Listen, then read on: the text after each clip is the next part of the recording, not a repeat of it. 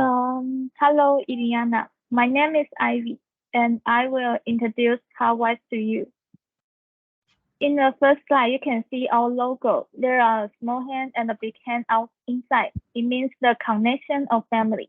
And the ball outside means technology. Hawaii means our organization focus on interaction between families, and we will deal with these problems sincerely. Okay, next page. And this is our Instagram. Okay, next page. As for the origin of Hawaii, Michael and I are preparing our senior project. In the beginning, we try to help disadvantaged children, but the topic is too hard to us. Every children has different conditions. We can deal with their problem one by one. And also the problem is related to the educational system. So we only have two people. Therefore, we decided to solve children problems from small and specific topics.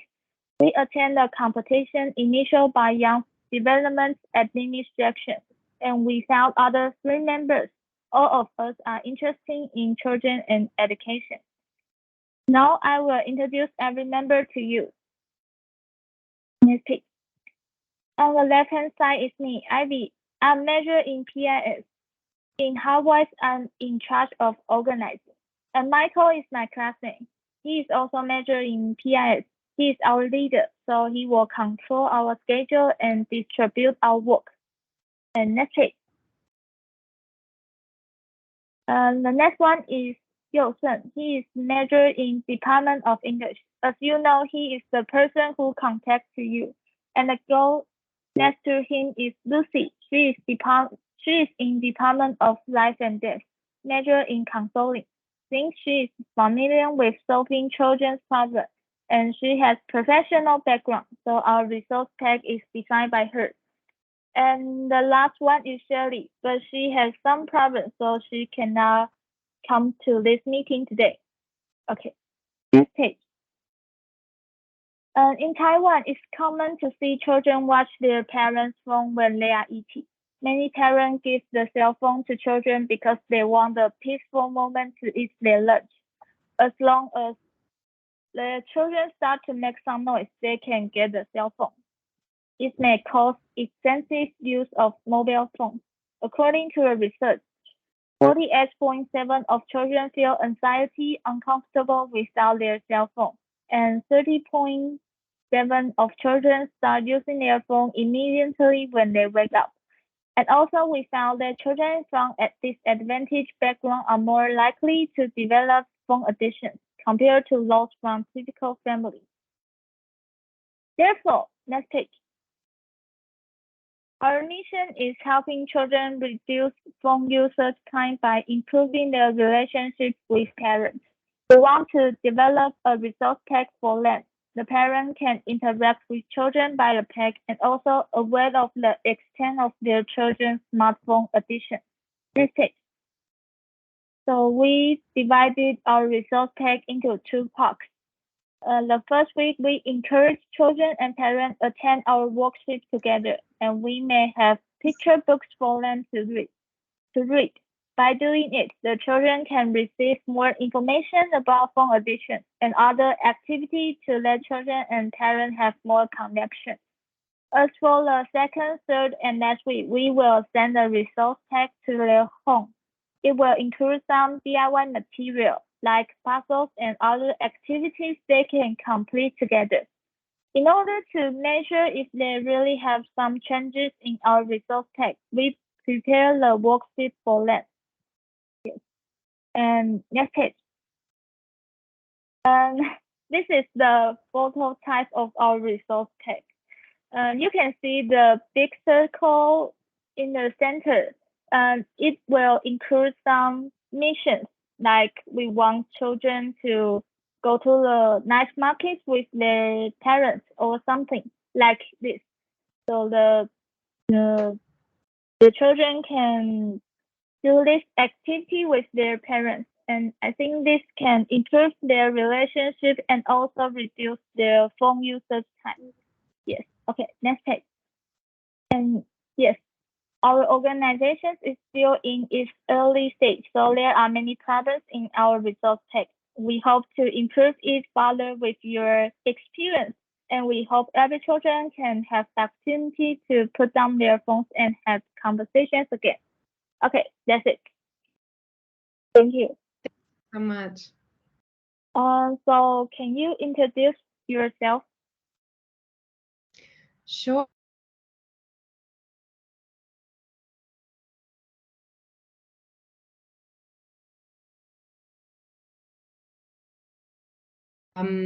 Maybe you want to, because I have a few questions as well, but to quickly introduce myself, my name is Ilyana and I'm founder of Quiet Social Club.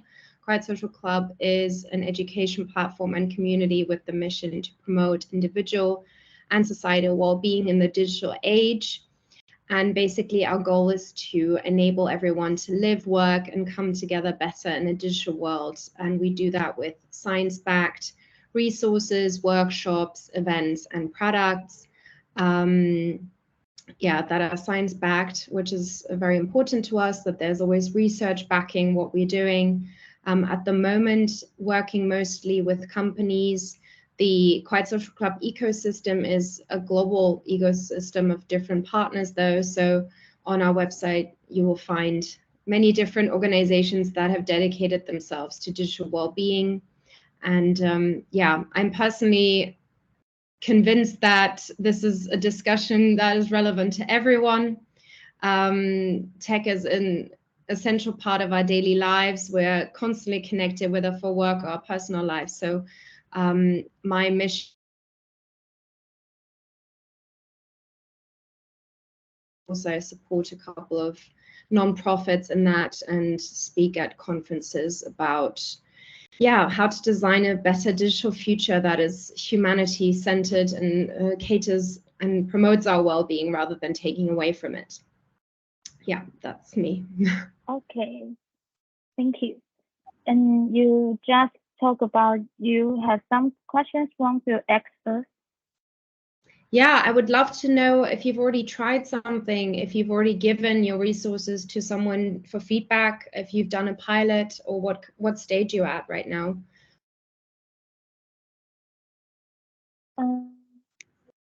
Sorry, I think there is a problem of your internet.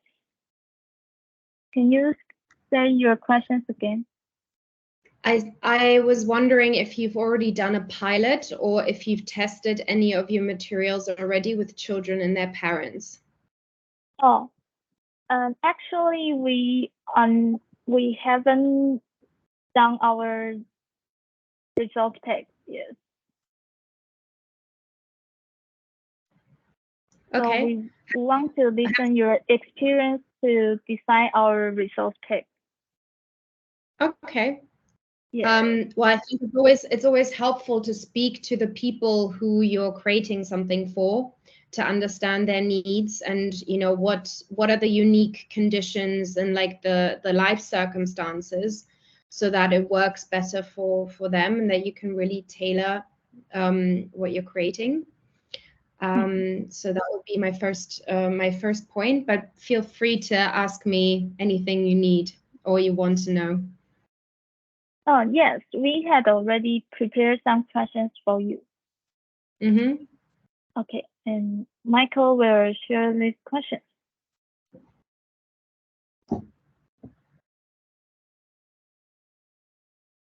Okay, I think, can you see the word on the screen? Yes, I can see them. I read the questions briefly. So the workshops that I hold for free, or rather the talks that I hold for free at schools, are usually for students 16 years plus. So they're not actually for younger children. So if this is, in terms of anyone younger than 16, I haven't had any direct contact with students that are younger than 15, 16.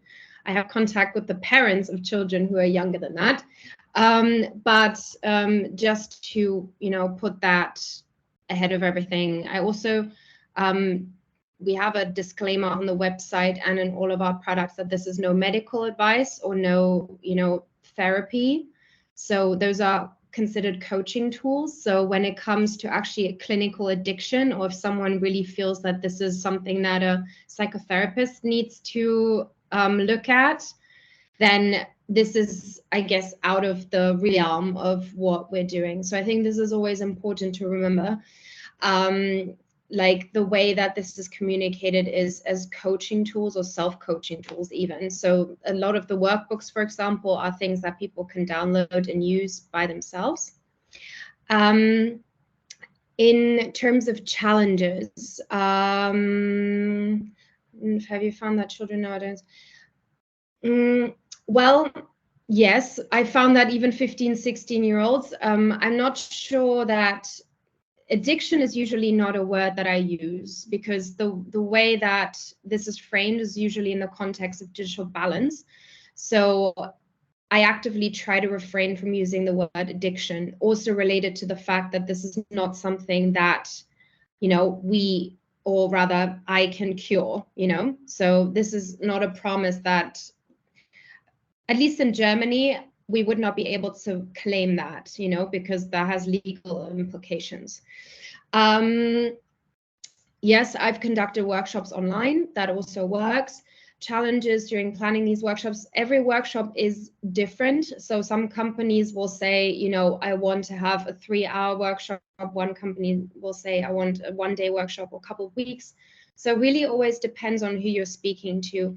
I think when it comes to schools, usually I'm told that I have like 45 minutes. So you have a lot less time, I think, in schools, unless you somehow find a time that is where parents come with their children outside of a school setting. But then I guess your audience will be parents, not the schools, although you could go through the schools.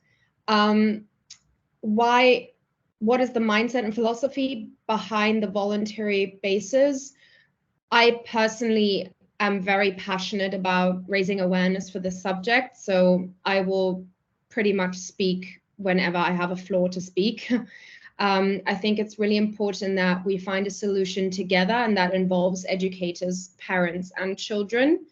And I think the best solution is one that we can find together that works for everyone. So this is why I do these things also on a voluntary basis. Is there anything else from the slide that I didn't address? Yes, I think you had answered every question. And I have a question. So, you just Please. talked about your age group is between 16 to 20. No, so actually the age group that Quiet Social Club targets is anyone who's in the workforce and business school. So it's really very much 22, 23 plus. When I go into schools, as I said, that is on a voluntary basis. And that is for anyone who's older than 16, 17, who would somehow be interested in, the way that all the materials are formulated is not for a younger generation. So I think this is really important to remember. This is basically, the furthest that I'll go to children is that I speak to parents about things that they want to do with their children. Because I think also with parents, as you rightly identified, they're the ones who will set certain boundaries. They are the ones who will, also decide on the tech usage of their children, at least at home, and who can sensitize their children to this. So yeah, the way that I don't work with children directly. I wouldn't consider myself qualified to do that. I would work with the parents via the companies. Okay. So how do you find this audience? Which audience? How do you find these people to attend your workshop? Well, usually I go into companies, so I'm hired by companies, but I've also, the Quiet Social Club newsletter, the social media, this is kind of where I also grow community. you can go, I mean, I can go through things like co-working spaces or any space that brings people together. I would say in your situation, you're going to go directly through the schools. So you know that there's lists or like global, like, I guess, address books where you have access to different schools and different, yeah, like educational institutions that you could target for this. For me, it would be a little bit different than for you. I think you would probably have to go through the schools. Okay. Okay, next page.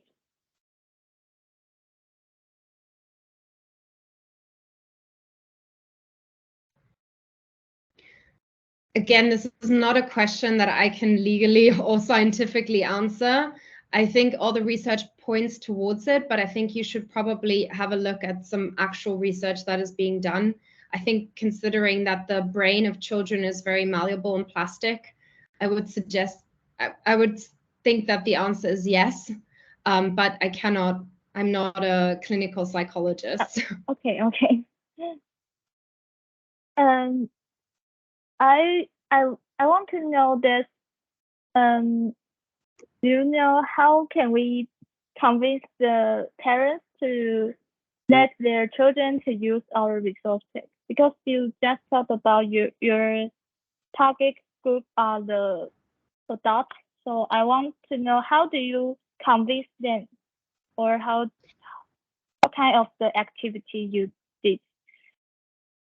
Well, I think it depends, and this is why I said it's important to speak to your target audience. You know, it would be great, I think, for you to speak to some parents and understand where they're at. Are they concerned about their children's tech usage, or are they using so much tech so their kid uses tech too much? You know, it's because I think it's also probably from country to country, it's probably a little bit different. The main thing is that you speak to your target audience, which is the parents, and understand, since they will be the ones who are probably going to sign up their children for your course, or you're going to speak to educators. So I think you can definitely mention what research is showing about, you know, the effect of excessive tech usage on children and children's development. I would say especially the impact also on social skills is very important.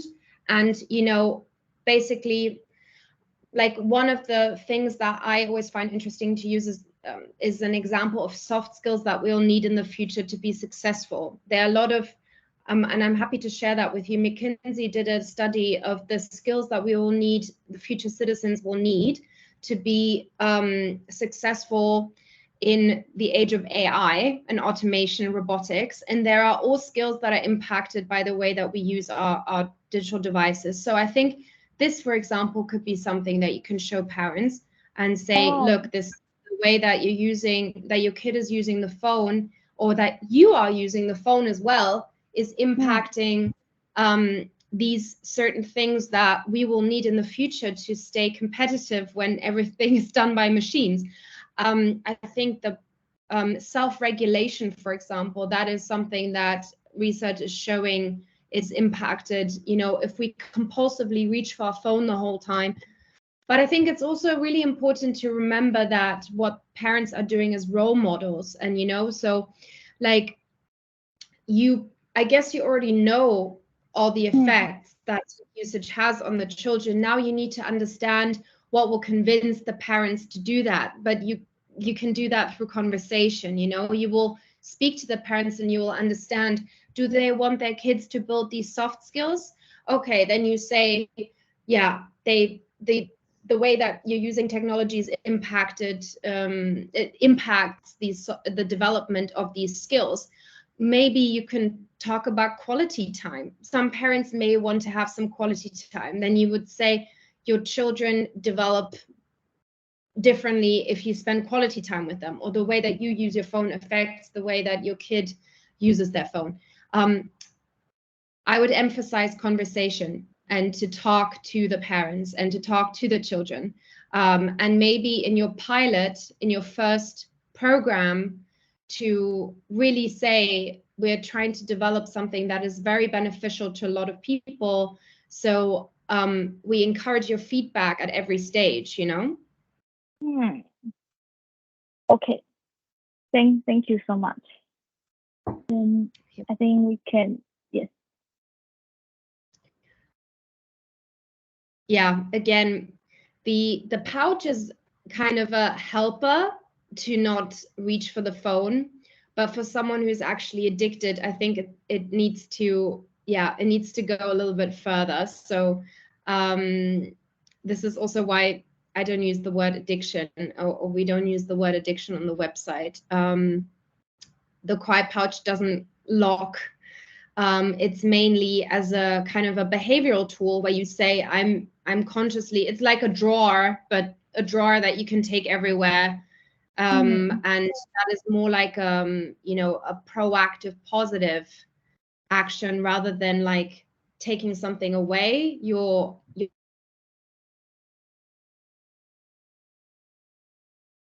But when it comes to addiction, again, I think it's important. There is the case of digital addiction.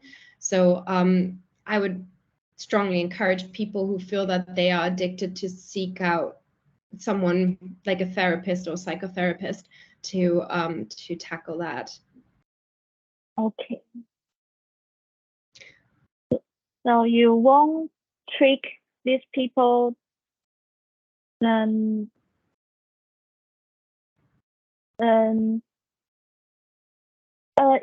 these people use their time, you won't know about it, right?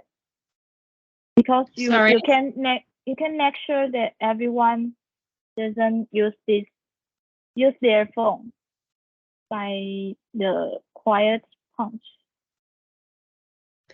I mean, it is called self-coaching tool. So the people who use the pouch, they make the choice to do that. Usually the pouch is also delivered in combination with a workshop. So the workshop participants will be introduced to the concept of the pouch, and then they will try out different situations. And basically it's a habit building tool. So rather than like reminding yourself of, you know, I need to do this now, you see the pouch and you say, okay, I'm having lunch, I'll put my phone inside the pouch. Or I want to focus on work, I will put my phone inside the pouch. Or I don't want to touch my phone first thing in the morning, I'll put my phone inside the pouch. That is kind of the way that it's being used. Oh, okay, I understand. So next page.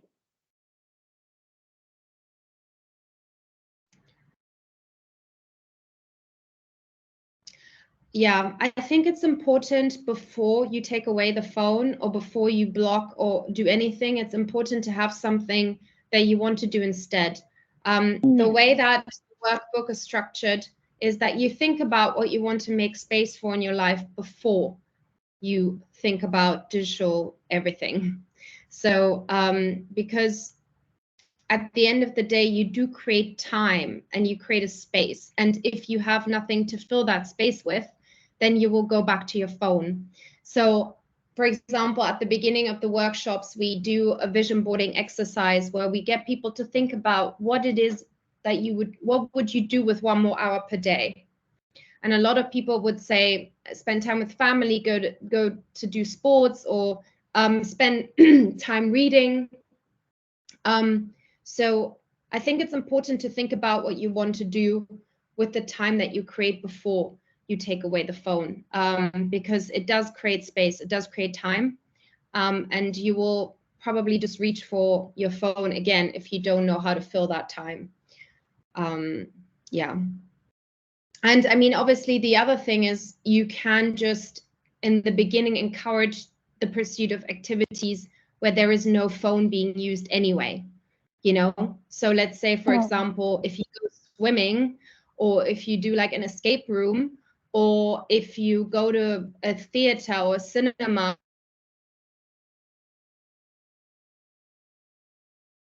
not maybe a tech-free activity, but there are a lot of activities that don't require a phone or that don't allow a phone. So it always helps to start with something like that and get people to think about, how am I experiencing this right now? So what is the time like when I after school, because the children in Taiwan need to, we have a long study time. So when we go to the home, it's at almost 8 o'clock. So, oh wow. So what kind of the activity can do just in this short time? Because we won't go to the theater or go with family, because there only few minutes before we go to bed. I think most of children How much time? Okay, sorry. What did you say? I asked, how much time are you thinking? How much time do you have? I think maybe 1 hour to 2 hours. Well, I mean, it is enough time to have a board game with your family. It is enough time to, I think there are plenty of things you can do in 1 hour. You can read for 1 hour, you can draw, you can just play.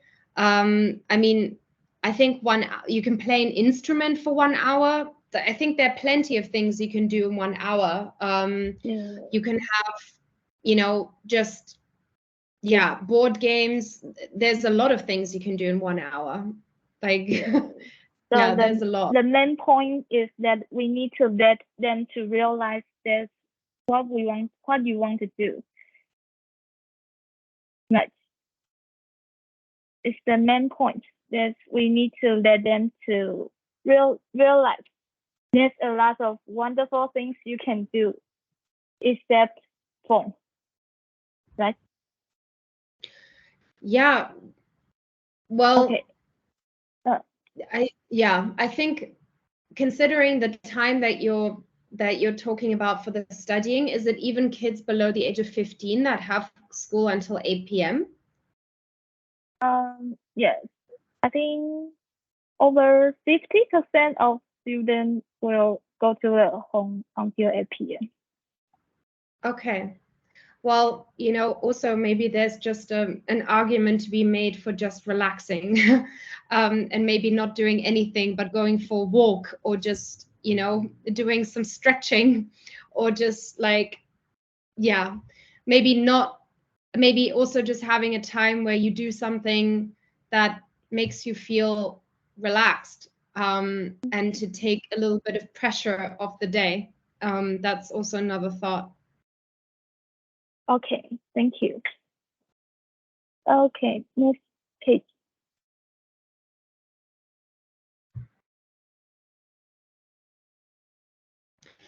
Yeah.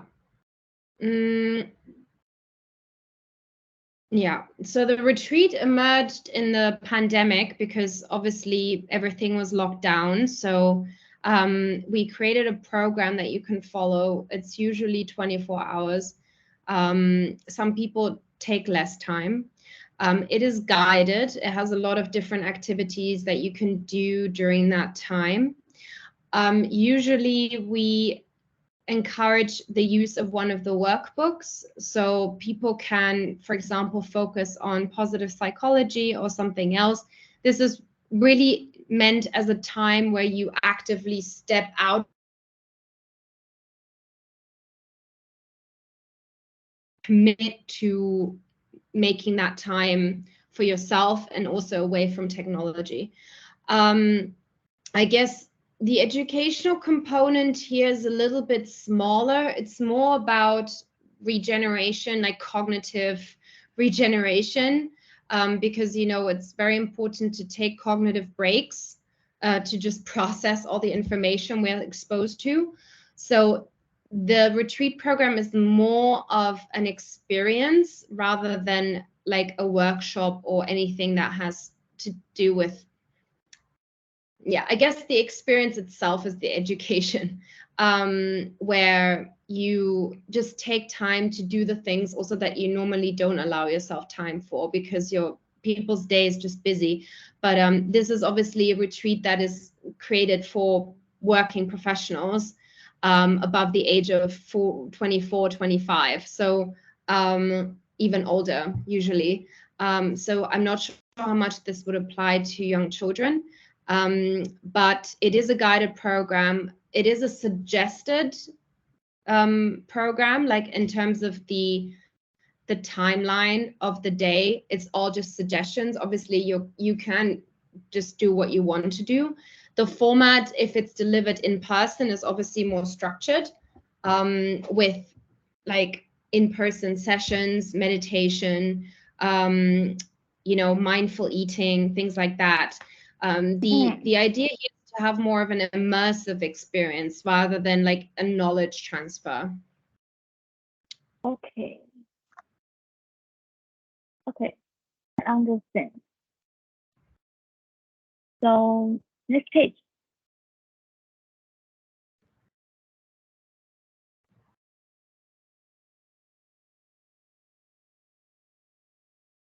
Yeah, so this is where the self-coaching comes in. Obviously, if people have questions, there's always a way to contact us. But usually the kit, the workbook, the way it's structured and it comes with the pouch is, it's very self-explanatory. So this is kind of the point that, you're basically working through the workbook at your own pace, and you use the pouch to practice and build those habits. So this is the kit. I don't know if correctly necessarily applies here because there is no correct and incorrect. It is a very individual journey. So what we're giving is frameworks that people can apply in their context. There is usually no right or wrong, because I think the moment you raise awareness and you give people a framework or the tools, whatever they do with it, that is, that can be very individual. Exactly. So I think, again, this is also maybe interesting for you to remember that everyone's situation is different and they have a different context, and a different relationship maybe with their children. So to keep it as, I guess, as broad as possible, maybe, obviously give some guidance, but what people then do with it, you might not necessarily, you never know that. Even a teacher, like your teachers don't know what you do with the knowledge that they give to you. Like you can use it in many different ways. Okay. Okay, I understand.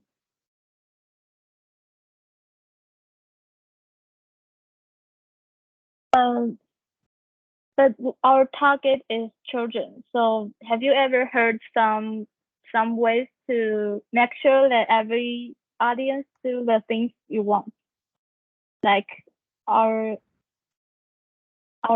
organization showed you the way can make sure they do these things. Well, I think we want to remember that we're providing information and we're providing the best information that we can. But in the end of the day, people will probably never do exactly what you want them to do. So I would say the best way that people can get to know your materials is probably by interacting with them more directly in the beginning. So if you, for example, go into a school and say, you bring the parents in and together with the children, you do something all together, that is probably the maximum that you can do. And if you give them tools to use at home, if you like, there is I think it's always good to highlight the benefits of what happens if people keep doing those things, So it's the same thing with habits. Like you can provide a habit tracker, you can provide lots of things like a daily journal that they can fill in that is encouraging. You can create a lot of resources that help people do something every day, but the most important thing is that they understand why they're doing it and that they really feel connected to the reason why they're doing this. So like if you show people research stats, like statistics, that will encourage them to do something. If you make people emotionally connected to the reason, like they want the best for their children, then that will be a motivation. So obviously you can have resources that will help them track and kind of feel like it's a bit like a game, but Yes. it is a very strong motivator to know why you're doing this, and that can take many different forms. I mean, you can scare people as well. I usually try to go the opposite direction. I try to say what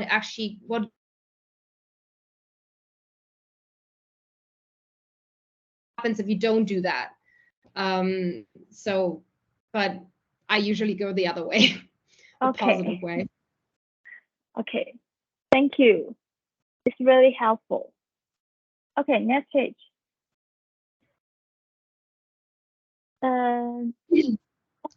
Okay, if you didn't have any experience, you don't have to share. Yeah, I think what I just said is really very important. And I think remember that when it comes to tech usage, I think it's a very, very personal thing. I think a lot of people know that they have a problem with this, but it's very hard. They won't change. Well, it is very hard to change because it's so easy. It's like I said to my friend the other day, it's as if you ate like a massive box of ice cream that had no calories and didn't make you fat.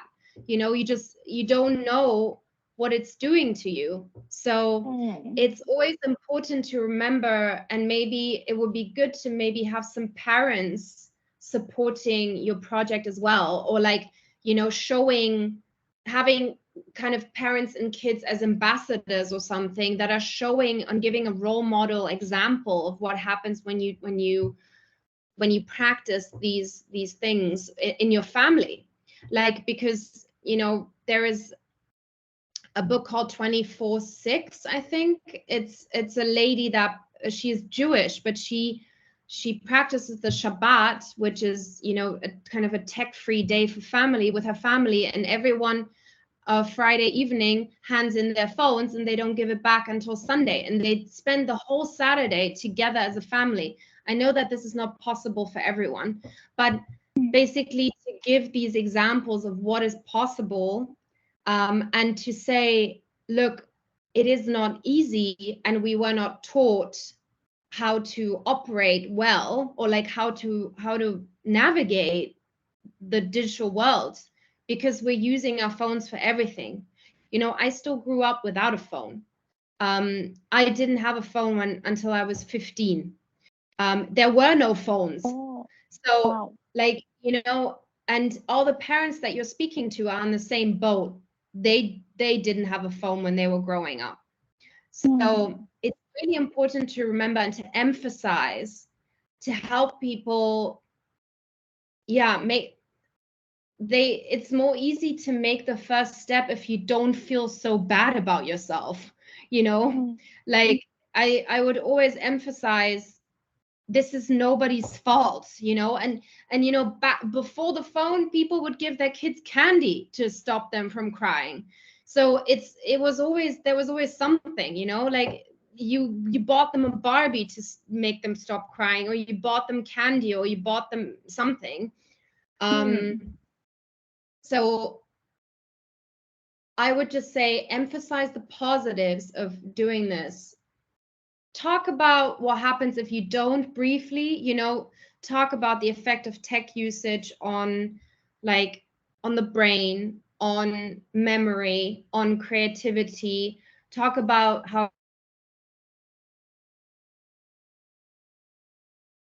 our brains.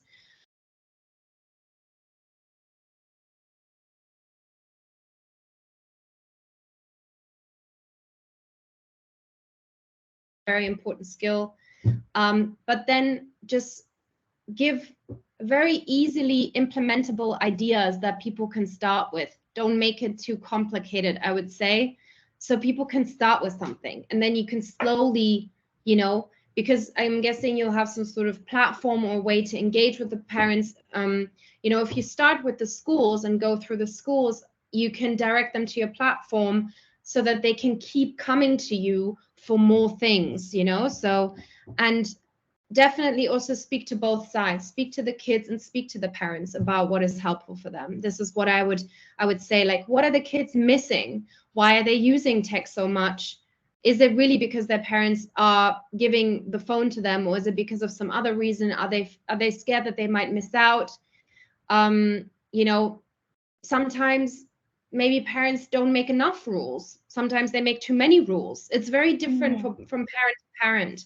But Yes. I think it's important to understand, to understand both sides. Okay. Thank you so much. You're welcome. I hope it was helpful. Yes, I think it's very helpful. Yes, it's all our questions. And can we take the photo? Sure.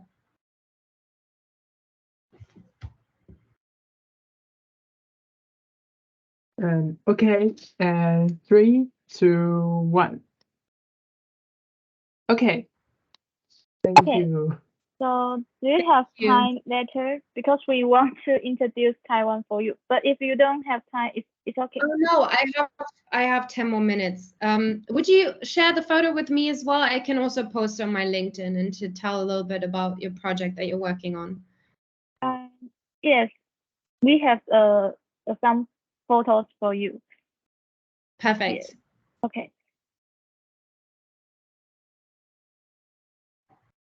The image cost.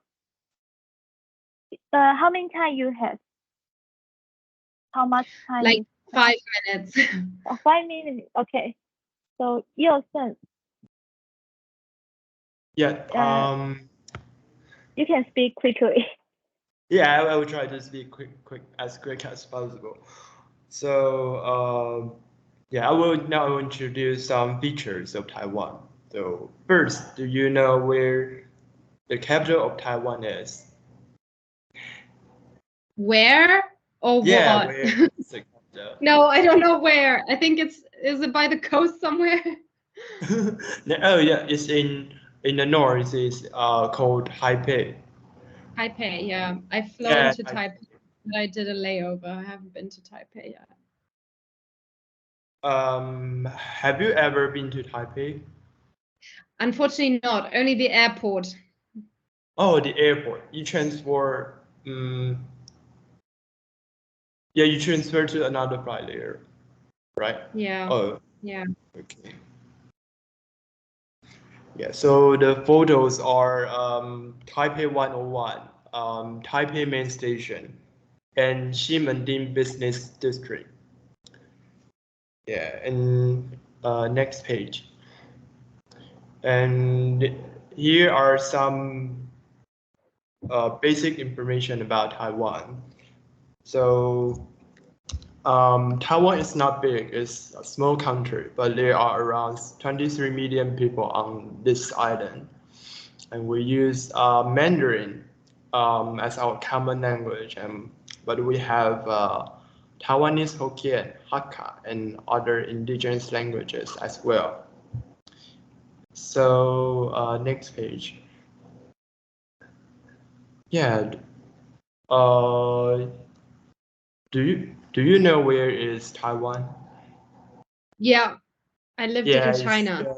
Besides China, and we have Taiwan Strait and Pacific Ocean. We are surrounded by two different waters. Yeah, I think so. Yeah, and there are many different landforms in Taiwan, including plains, mountains, and coastlines. And yeah, next page. And I would recommend some places for you, including Summer Lake, Taroko Gorge, the National Nepalese Museum, and some traditional temples. Yeah, these places are worth visiting. And do you have any ideas about the food in Taiwan? I haven't tried it yet, but I Okay. don't eat meat, so I feel like maybe there's not that much to eat for me. Oh, okay. So there are many well-known foods in Taiwan, like xiaolongbao, stinky tofu, and bubble milk tea. Yeah, but as you say, you are a vegetarian, so maybe there are fewer No, options. I lived in China, so I had some of those. And I've definitely smelled stinky tofu before. Quite strong. Yeah, I think China has their version of stinky tofus. Yeah. Yeah. You say you had lived in China before, so how do you think Taiwan?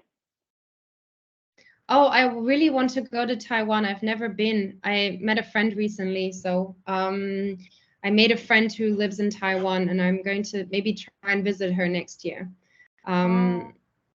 Yeah. Because we have some problem with China, so I'm curious about your insight about this thing. Oh, I have no insight. I'm in terms of that, but I'm always open to get to know new places. So Okay. Thank you. Okay, I think your time's up, right? yeah, I have 2 minutes maybe to say some goodbyes. Oh, okay. I think Maybe you can tell me what your next step is for what you want to do with your project, and maybe if there's any other way that I can support you. now we are define our persona. Yes, I think it's too late because we had already decided our resource tag, and now we are going to ask the parents and children. Yes. And yesterday we had already prepared some questions for them. Yes, I think now we will go to ask them some questions. That's great. I think that's great. Yeah, just remember that it's always good to listen, and to listen with an open mind. People will tell you maybe something that you hadn't thought about. I know from experience, sometimes I've thought about a solution, and then I talked to someone, and what they needed was very different from my solution. So we have the same goal, but maybe the way it's delivered might be different than you expect, and be open to hearing what the best way is. And then I think just maybe go even to your own school and start there. And start speaking to your fellow students about this. And I think your mission is really wonderful, to want to connect parents with their children more, because I think this is exactly this is what I think the cause of excessive tech use in children is, if they don't necessarily have something to do, like a hobby or time with parents, So I think it's really, I really support your mission and what you're doing. I think it's great. Okay, thank you. Thank you so much. Thank you so much. Thanks for your information today. Of course. No, I think it's great what you're doing. I hope that there are going to be more organizations like yours from students that will be all over the world, because it's important that everyone is involved in finding the answer, not just parents talking to children, not just like everyone is welcome in this conversation. Yes. Okay. Thank you. Thank you so much. Thank you so much, Ivy. Bye-bye. Have a good day. You too. Bye-bye. Bye-bye. Bye-bye. Thank you.